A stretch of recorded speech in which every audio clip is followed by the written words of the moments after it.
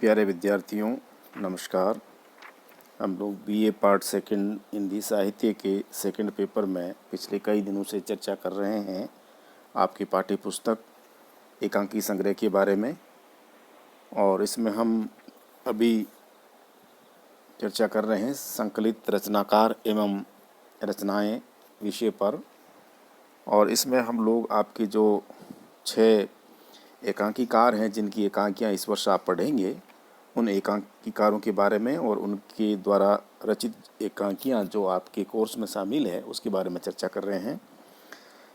4 रचनाकारों और उनकी 4 रचनाओं के बारे में अब तक हम चर्चा कर चुके हैं। आज 2 एकांकीकार सेठ गोविंददास और भगवती चरण वर्मा और इनके द्वारा लिखी गई एकांकियाँ क्रमशः ईद और होली तथा सबसे बड़ा आदमी, इस पर हम लोग चर्चा करेंगे। तो चलिए शुरू करते हैं आज की इस वीडियो की, इस चर्चा की।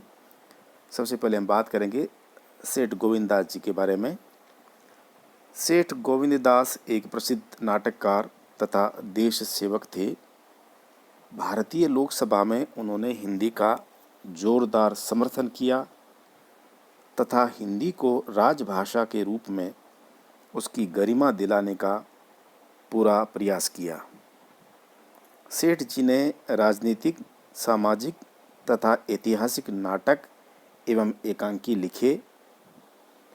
मानव मनव, शाप और वर उनके मुख्य सामाजिक नाटक हैं, जबकि प्रायश्चित, बाजीराव की तस्वीर, शिवाजी का सच्चा स्वरूप आदि उनके प्रमुख ऐतिहासिक एकांकी हैं।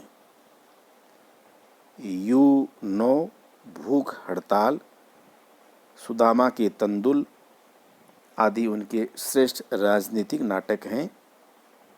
उनकी समस्त रचनाएं सेठ गोविंददास ग्रंथावली में संकलित हैं। सेठ जी गंभीर व्यक्तित्व के धनी व्यक्ति थे, जिसकी छाप उनके नाटकों तथा एकांकियों में भी मिलती है। वे अपनी रचनाओं में सामाजिक कुरीतियों पर व्यंग्य करते हैं तथा अपने एकांकियों में वे सभ्यताओं के प्रति सकारात्मक दृष्टिकोण रखते हैं।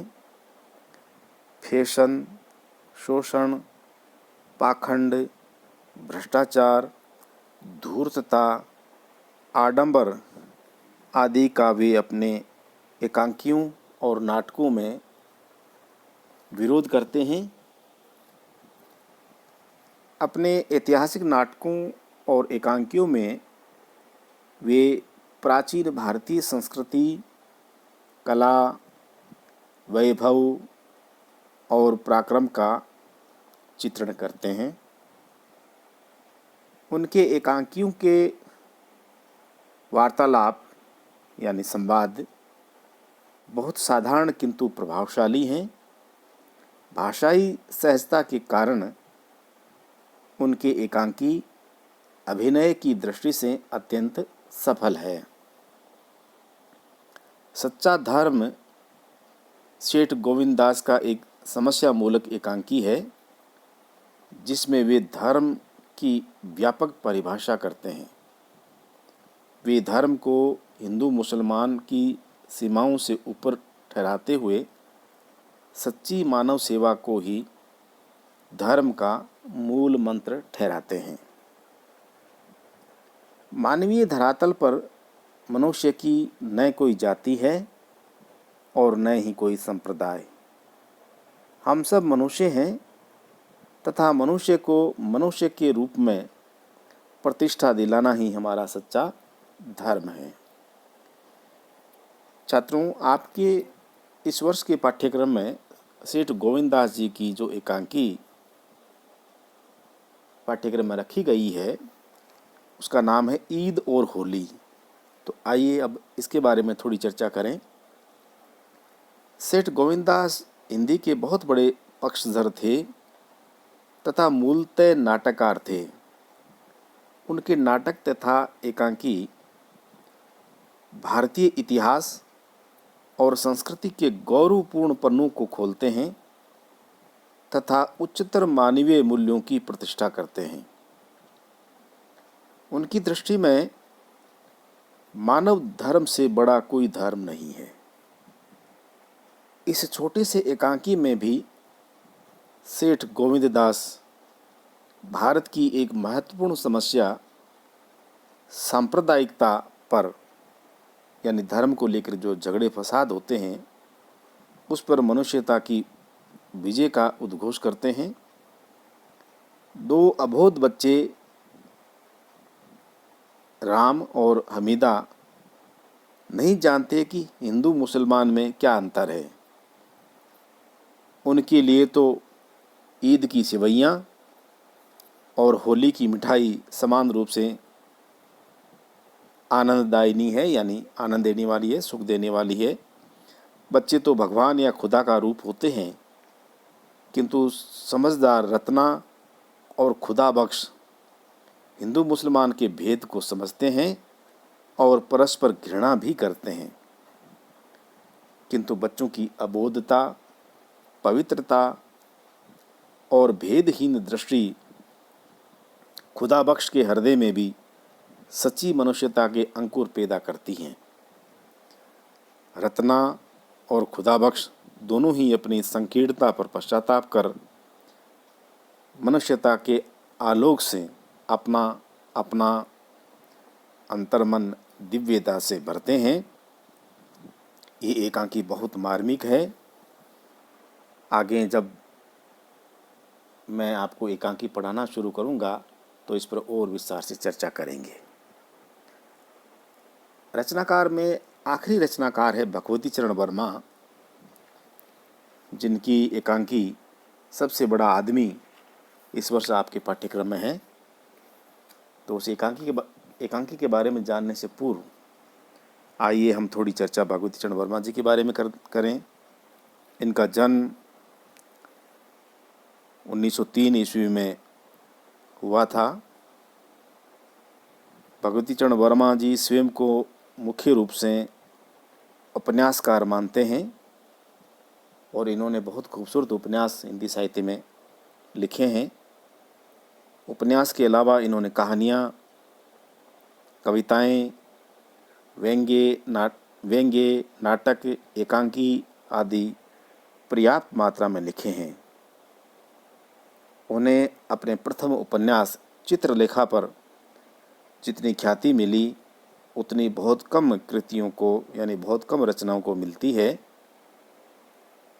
इस उपन्यास पर दो बार फिल्में बन चुकी हैं। उनकी प्रायश्चित, दो बांके जैसी कहानियाँ हिंदी की श्रेष्ठतम कहानियों में मानी जाती हैं।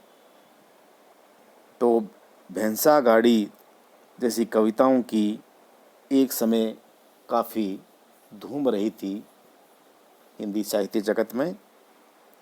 भगवती चरण वर्मा सारे साहित्यिक वादों से दूर रहकर लेखन के बल पर ही साहित्य में जाने गए।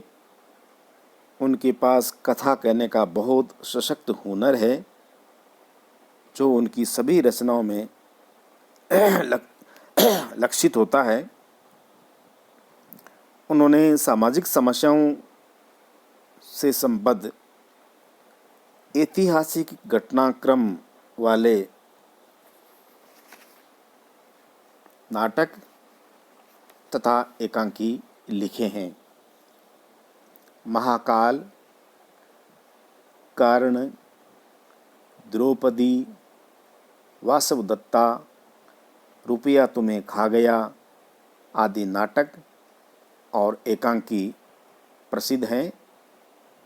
उनके एकांकी त्रिपथगा में संकलित है। उनके पास एक समर्थ और व्यंजक भाषा है। इनकी एकांकी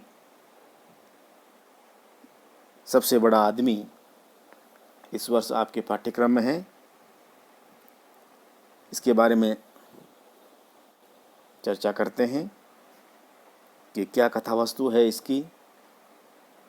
बहुमुखी प्रतिभा के धनी भगवती चरण वर्मा ने जहाँ चित्रलेखा और भूले बिसरे चित्र जैसे कालजयी उपन्यास लिखे, वहीं उच्च कोटि के नाटक, एकांकी, कहानियाँ, कविताएं आदि की रचना की। उनकी रचनाओं में व्यंग्य का स्वर बहुत धीमा किंतु स्थायी है। उनका सबसे बड़ा आदमी एकांकी एक व्यंग्य एकांकी है जो उन बौद्धिकों पर प्रहार करता है जो व्यर्थ के वाग विलास में लिप्त रहते हैं और प्राप्त करने के स्थान पर अपना कुछ खोते ही हैं। इस एकांकी में राधे और शंकर के बीच बहस का मुद्दा यह है कि शैली बड़ा है या नेपोलियन। शर्मा जी की दृष्टि में गांधी से बड़ा कोई नहीं है, तो कॉमरेड अहमद की नज़र में लेनिन सबसे बड़ा था। ये सभी पात्र परस्पर बहस करते रहते हैं और अपनी अपनी बात पर अड़े रहते हैं। इसी बीच वहाँ रामेश्वर नामक उच्चक्का यानी उठाई गिरा, जो इन लोगों की बहस में शामिल होता है और कभी किसी का पक्ष लेता है तो कभी किसी का, सबको अपनी चिकनी चुपड़ी बातों में उलझाकर वह सब का माल लेकर चंपत हो जाता है यानी गायब हो जाता है। जब सबका ध्यान इस ओर जाता है तो वे पछताते हैं कि व्यर्थ की बातों में अपना समय बर्बाद करते रहे और अपना सब कुछ खो बैठे। यह बहस ही अपने आप निर्मूल है कि सबसे बड़ा आदमी कौन है। तो प्यारे बच्चों, इसी के साथ आपकी जो पाठ्यपुस्तक है एकांकी संग्रह, इसकी जो भूमिका में जो 18 पेज दिए गए हैं, इसके बारे में हमने चर्चा की। हिंदी एकांकी का स्वरूप और विकास पर, और फिर प्रमुख रचनाएं और रचनाकार के ऊपर चर्चा की। आगे हम लोग आपकी जो 6 एकांकियां हैं, इन पर हम लोग बातचीत करेंगे। कल फिर मिलते हैं एक नए वीडियो के साथ। तब तक के लिए नमस्कार।